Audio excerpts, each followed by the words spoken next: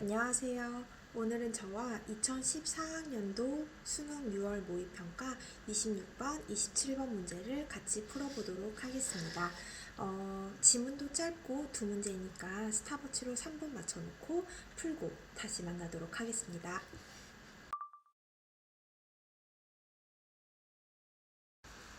문제 풀어보셨나요? 바로 26번 문제로 넘어가 보도록 할게요. 26번을 봐보면 윗글을 통해 알 수 있는 내용으로 적절하지 않은 것은 이라고 하고 아래 다섯 선지를 봐보니까 전통주의, 수정주의, 그 다음에 탈수정주의에 대한 특징을 서술해 뒀더라고요. 그래서 지문에서도 이런 각각의 개념에 대한 설명이 주로 나오겠구나 라고 생각을 하고 넘어가면 될 것 같고요.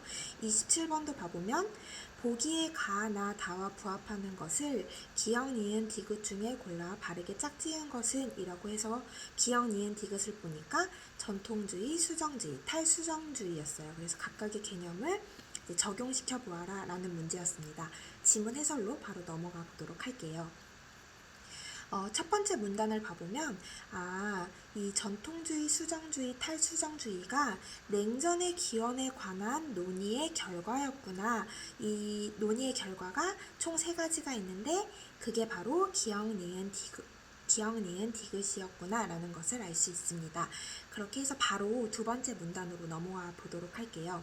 가장 먼저 나타난 전통주의는 냉전을 유발한 근본적인 책임이 미국이 아닌 소련에 있다. 소련의 팽창주의에 있다고 보았다. 소련은 세계를 공산화하기 위한 계획을 수립했고 이 계획을 실행하기 위해 특히 동유럽 지역을 시작으로 적극적인 팽창 정책을 수행하였다. 그리고 거기에 대한 대응으로 미국이 봉쇄 정책을 추구하는 와중에 냉전이 발생하였다고 본다. 그래서 냉전에 대한 책임이 누구에게 있다? 소련에게 있다. 소련의 그런 팽창 정책에 대응하기 위해 미국이 봉쇄 정책을 하게 됨으로써 냉전이 발생하게 됐다라는 게 전통주의의 주된 입장이었습니다. 그리고 여기에 상반되는 입장이 바로 수정주의인데요.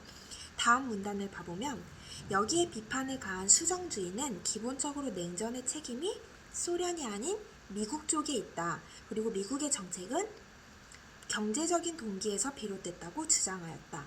즉 미국은 전후 세계를 자신들이 주도해 나가야 된다고 생각했고 전쟁 중에 급증한 생산력을 유지할 수 있는 시장을 얻기 위해 세계를 개방경제체제로 만들고자 했다. 그러므로 미국 정책 수립의 기저에 깔린 것은 이념이 아니라 그런 경제적인 동기에서 유발되었다라는 게 수정주의의 주된 입장이었네요. 그래서 오히려 미국이 유럽에 공격적인 정책을 수행했고 소련은 이에 대응하였다. 그러니까 전통주의와 수정주의는 거의 상반된 입장이라고 보면 되겠죠. 그리고 거기에 대한 이제 절충적인 입장으로 다음 문단에 탈수정주의가 나옵니다. 탈수정주의는 위의 2가지 주장에 대한 절충적인 시도로서 냉전의 책임을 일방적으로 어느 한쪽에 부과해서는 안 된다고 보았다. 앞선 두 주장은 각각 전통주의는 소련의 책임이 있고 그 다음에 수정주의는 미국의 책임이 있다 이렇게 보았지만 탈수정주의는 그게 아니다 라고 보고 있죠. 즉 냉전은 양국이 추진한 정책의 상호작용에 의해 발생했다는 것이다.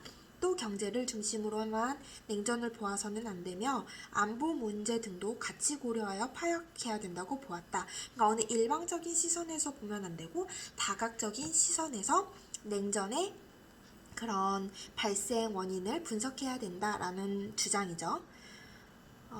또 소련의 목적은 주로 안보 면에서 제한적으로 추구되었는데 미국은 소련의 행동에 과잉 반응했고 이것이 상황을 악화시켰다는 것이다. 이로 인해 냉전 책임론은 크게 후퇴하고 구체적인 정책 현상에 대한 연구가 부각되었다. 따라서 냉전이 누구에게 책임이 있냐 보다는 구체적인 정책 형성에 관한 연구에 주력을 했다라는 이야기입니다. 그러나 이제 세모 쳐야 되겠죠. 그러나 이와 같은 절충적 시각의 연구 성과는 일견 무난해 보이지만 잠정적일 수밖에 없다. 탈수정주의에 대한 또 하나의 한계점을 제시를 하고 있네요. 역사적 현상은 복합적인 요인들로 구성되지만 중심적 경향은 존재하고 이를 파악하며 설명하는 것이 역사 연구의 본령 중 하나이기 때문이다. 그러니까 탈수정주의가 가지는 한계점을 이제 제시를 하고 있습니다. 이런 지문은 병렬식 지문으로서 각각의 개념에 대한 특징을 잘 정리를 하는 것이 중요한데요.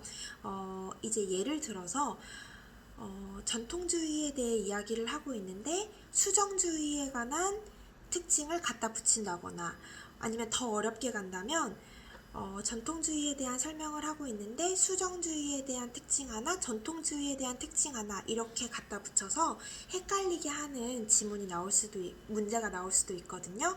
그래서 항상 각각의 개념과 특징을 연결시키는데 주력을 해서 문제를 풀어야 합니다. 특히 이런 병렬식 지문에서는요. 그래서 문제로 바로 넘어가 볼게요. 1번 선지 봐보면 전통주의에 따르면 소련의 팽창 정책은 공산주의 이념에 입각하여 수행된 것이었다. 전통주의니까 아까 두 번째 문단 봐보면 두 번째 문장에 소련은 세계를 공산화하기 위한 계획을 수립했고 이 계획을 실행하기 위해 다다다다다다 적극적인 팽창 정책을 수행하였다라고 했죠. 그러니까 1번 선지는 맞습니다.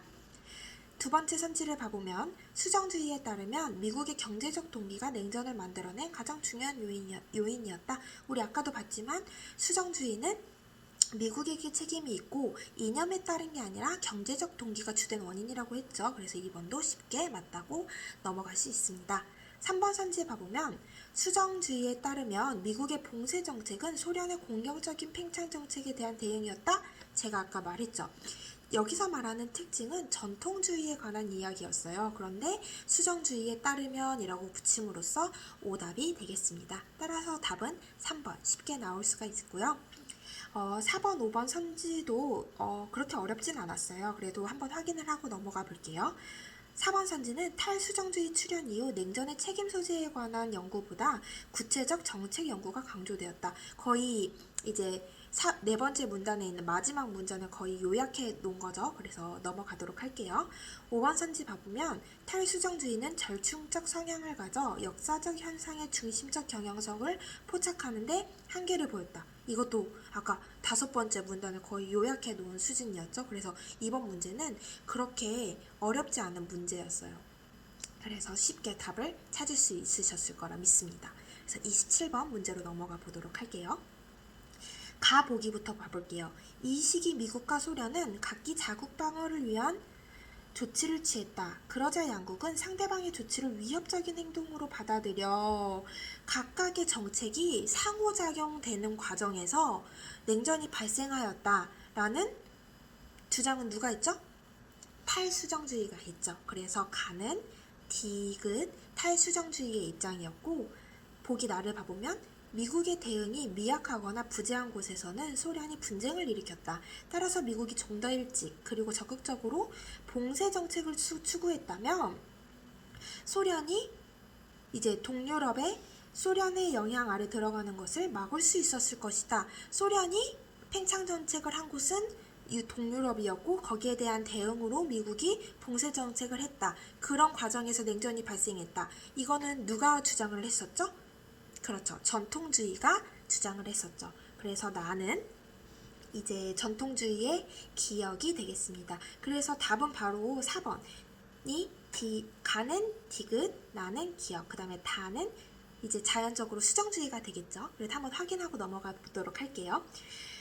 다 보기는 제2차 세계대전 직후인 미국은 철강 총 생산량의 54%, 소련은 12%를 차지했고 에너지 소비량의 경우도 미국이 소련보다 압도적으로 많이 차지하고 있었대요.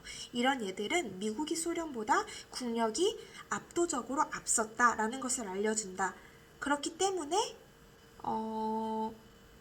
소련이 미국보다 국력이 미약했기 때문에 적극적인 팽창 정책을 수행할 수 없었다는 수정주의의 입장을 대변하는 거죠. 따라서 수정주의의 입장이 맞네요. 그래서 답은 쉽게 4번으로 나올 것입니다. 이런 문제는 사실 틀리면 안 되는 비문학 지문 중에 하나였어요. 특히 이런 병렬식 지문은 각각 이제 매칭을 하면서 풀면 되는 거기 때문에 실수만 하지 않는다면 모두 맞힐 수 있을 겁니다. 네, 수고하셨고요. 다음에 다른 비문학 지문으로 만나보도록 할게요. 안녕.